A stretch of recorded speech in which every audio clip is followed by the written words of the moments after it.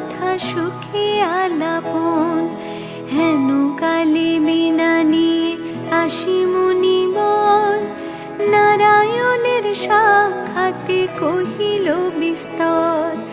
তারপরে কর জোরে করিয়া প্রণতি, কহিল নারদ মুনি নারায়ণী প্রতি। কহ মাতায় কেমন তোমার বিচার, চঞ্চলা চপলা প্রায় ফিরে দ্বারে দ্বার।